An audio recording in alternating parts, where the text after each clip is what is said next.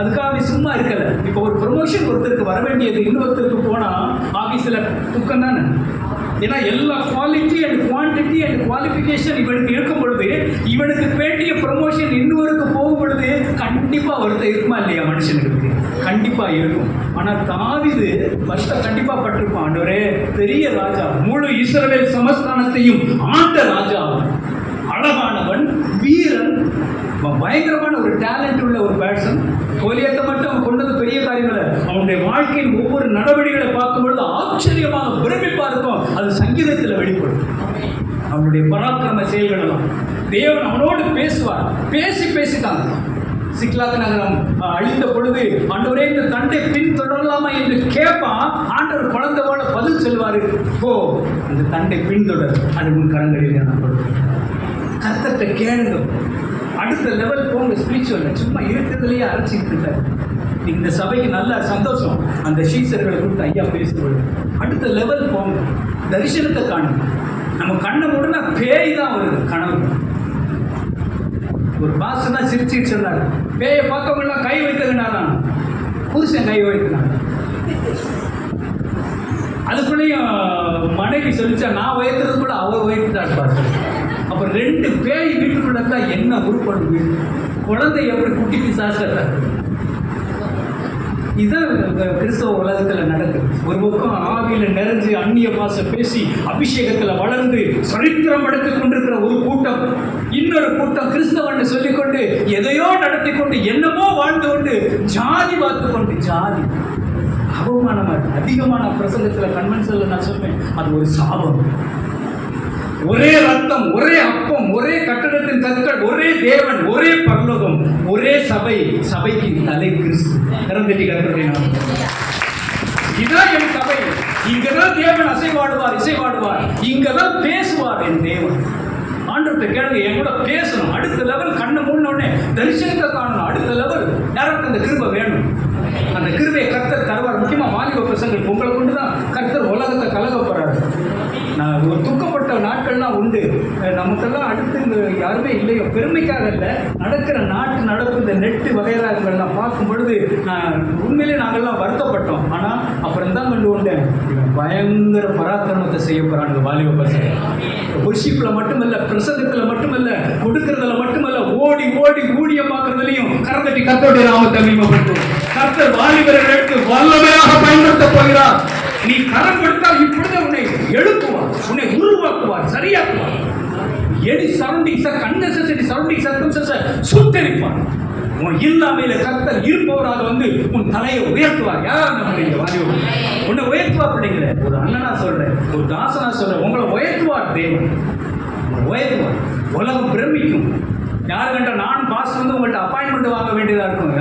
ஐயோ தங்கச்சி கொஞ்சம் நானும் ஐயா வந்திருக்கிறோம் பார்க்க. யாரு கண்டா அல்லையா சொல்லுவோமா? அப்படின்னா 2 பேருக்கு போயிடுவோம். ஒரு 10 நிமிஷம் அப்பாயின்மெண்ட் வாங்கிட்டு வர்ற அளவுக்கு. அப்போ நாங்கள் சொல்லுவோம், ஐயா சொல்லுவார், எந்த சபை விசுவாசி. நான் சொல்லுவேன், இந்த சபையில் நான் பிரசவம் பண்ணியிருக்கேன்னு தெரியுமா? அல்லையா சொல்லுவோமா? சந்தோஷமாக அல்லையா சொல்லுவோமா? சந்தோஷமாக அல்லையா சொல்லுவோமா? அப்போ அவனுக்குள்ள ஆசை என்ன பண்ணிட்டான்னு தெரியுமா?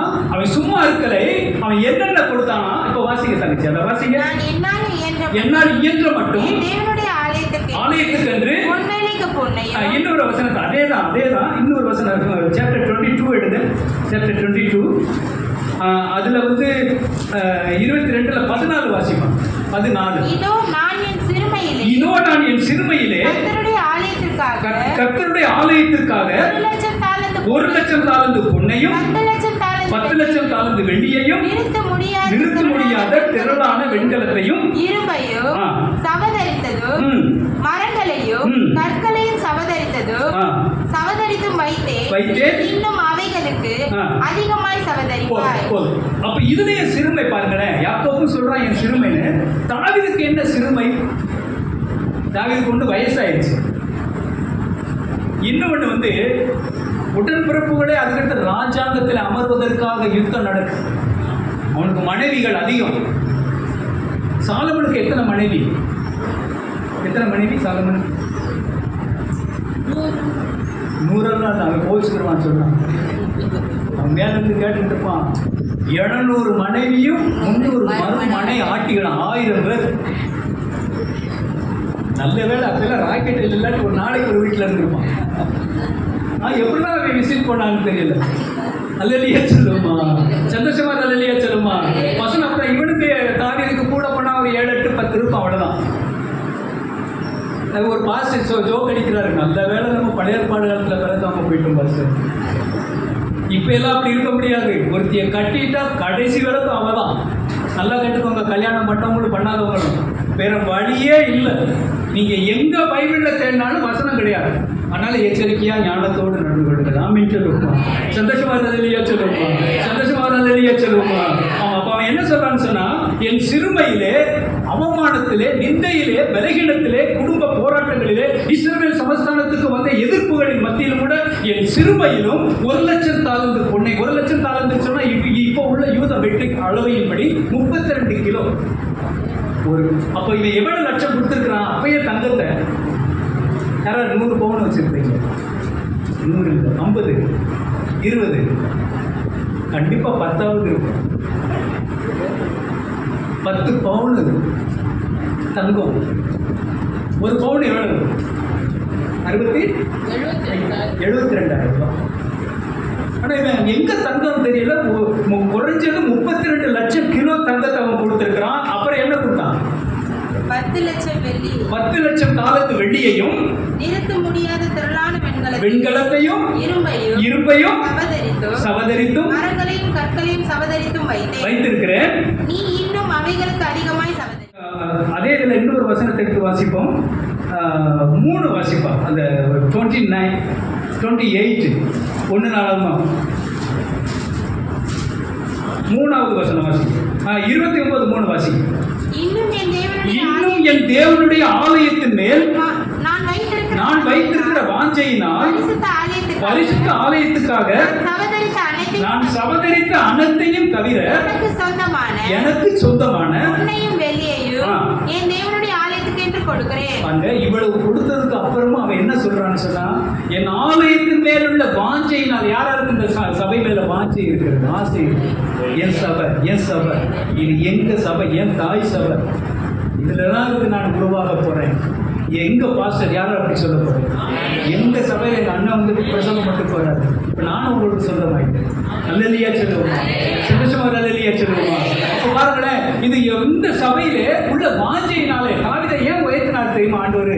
அவன் ஆலயத்தின் மேல் உள்ள வாஞ்சை, தேவனுடைய வார்த்தைகளை கற்றுக்கொள்ளும்படியாக, பெற்றுக்கொள்ளும்படியாக ஜாமத்துக்கு முன்பாகவே எழுந்திருப்பான். முன்குறிக்கப்பட்ட ஜாமத்துக்கு முன்பாகவே வேதத்தை தியானிக்கும்படியாக அவன் எழுந்திரிக்க ஆசைப்படுவான்.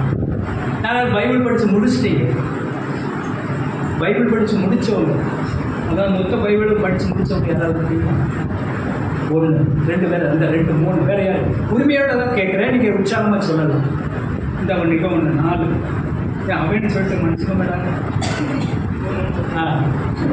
வேற யாரு? வேற யாரு படிக்கணும்? வேற வழி இல்லை. யூதர்கள், இஸ்ரேலர்கள் ஏன் இப்படி ஜெயிக்கிறாங்க தெரியுமா? குறைஞ்சது 14 மணி நேரம் வாரத்தில் அந்த பிள்ளைங்க பைபிள் படிச்சு தான் தீரணும். அந்த கிருபையை கேளுங்க. தயவு செய்து நல்லா பாடுறீங்க, அன்பான சபையா இருக்கிறீங்க, நல்ல ஒரு போதகருக்கு கீழே இருக்கிறீங்க. வேதத்தின் ஆழங்களையும் ரகசியங்கள் நீ கற்றுக்கொண்டாலுடைய, பெற்றுக்கொண்டாலுடைய விடுதலை இல்லை, விருத்தி இல்லை, விசேஷம் இல்லை. இதை நான் கடிந்து சொல்லிட்டேன். டெய்லி ஒரு 10 அதிகாரம் படிக்க போகுது. 10 கூட வேண்டாம். ஒரு நாளைக்கு பழைய ஏற்பாடு 2, புதிய ஏற்பாடு 1 படிச்சீங்கன்னா ஒரு வருஷத்துல பைபிள் படிச்சுங்க. இப்போ அடுத்த முறை நான் பாஸ்டர்கிட்ட ஃபோன் பண்ணி கேட்கும் பொழுது நீ எல்லாம் கை வைக்கணும். நெட்ல எவ்வளவு டைம் கொடுக்கணும்? கொஞ்சம் பைபிள் படிக்கல. பைபிள் படிக்கிறது அதான் பிசாசு விடாதான், அந்த பிசாசு விடாதவங்க. ஆனால் அதை மேற்கொண்டு நீங்கள் படிக்கும் பொழுது கண்டிப்பாக அவன் குடும்பம் தலைக்கும். முக்கியமாக வாலிப பிள்ளைங்க தயவு செய்து உங்களை கொண்டு திட்டம் வைத்திருக்கிறார் பிள்ளைகளை தயவு செய்து சொல்கிறார். அதனால என் ஆலயத்தின் மேல் உள்ள வாஞ்சையினாலே, கர்த்தருடைய வார்த்தை சொல்கிறது, என் ஆலயத்தின் மேல் உள்ள வாஞ்சையினாலே தாவீது தன் சொந்த பொன்னையும் பொருளை தனக்குன்னு வச்சிருப்பான்ல. உங்களுக்கு ஒரு 10 சேலை இருக்குன்னு வைங்களேன், இந்த 10 சேலையும் கொடுக்கறது இல்லை, அதில் ஒரு 5 சேலையாவது கொடுக்க மாட்டீங்க. என் மனைவி கூட கொடுக்க மாட்டாங்க. அதே மாதிரி அந்த டெரிக் பிரின்ஸ் மோர் தேன் கான்கரர்ஸ்ன்னு சொல்லி ஒரு புக் எழுதியிருக்கிறார். ஒரு டீச்சர் ஒரு பாரியுள்ள புக்கை நான் படித்தேன். அவங்க வீட்டில் என்ன 2 இருந்தால் கொடுத்துருவாங்க, 2 பிரிட்ஜ் இருக்கா கொடுத்துருவாங்க, ஃப்ரெண்டு இல்லாதவங்களுக்கு.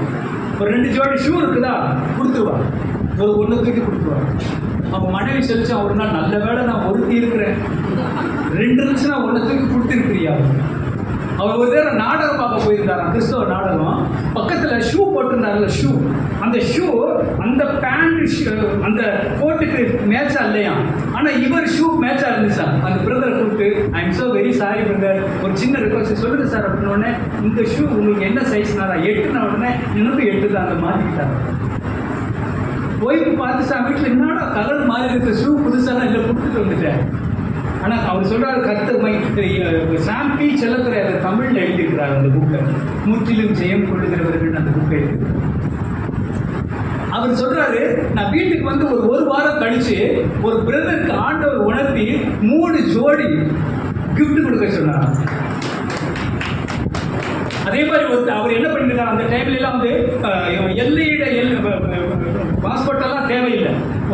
டென்மார்க்கு, ஸ்வீடன், இந்த பக்கமெல்லாம் பக்கத்தில் உள்ள அந்த மற்ற நாடுகளுக்கு லிஃப்ட் வாங்கிட்டே போயிடலாம், கூடுவாஞ்சேரியிலிருந்து கோடம்பாக்கம் போகிறது மாதிரி. அப்போ ஒருத்தர் மீட்டிங் போயிட்டு இருந்தார் 6 மணிக்கு, ஒருத்தர் வந்து லிஃப்ட் கேட்குறான், அந்த புக்கில் எழுதியிருக்கு. லிஃப்ட் கேட்ட உடனே அவன் நிறுத்திட்டாங்க, எங்கே போனா ஒரு இடத்த சொல்லி போகிற வழியில் என்னை விட்டு போங்க.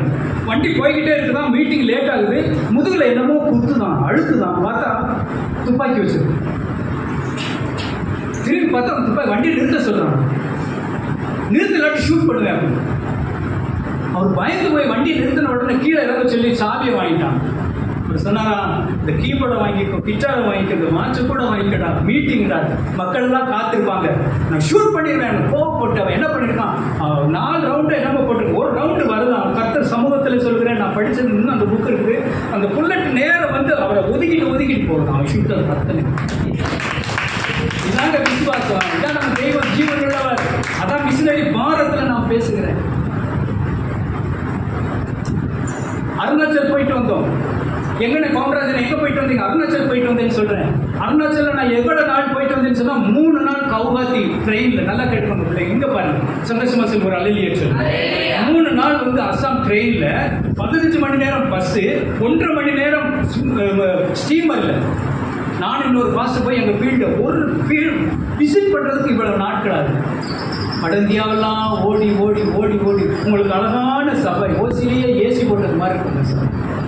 அழகான பாஸ்டர், அற்புதமான வாலிப பிள்ளைங்க, இதை நீங்கள் பயன்படுத்திக் கொள்ளுங்க. தயவுசெய்து சொல்லிட்டு போகிறேன், நேரத்தை வீணாக்காதீங்க.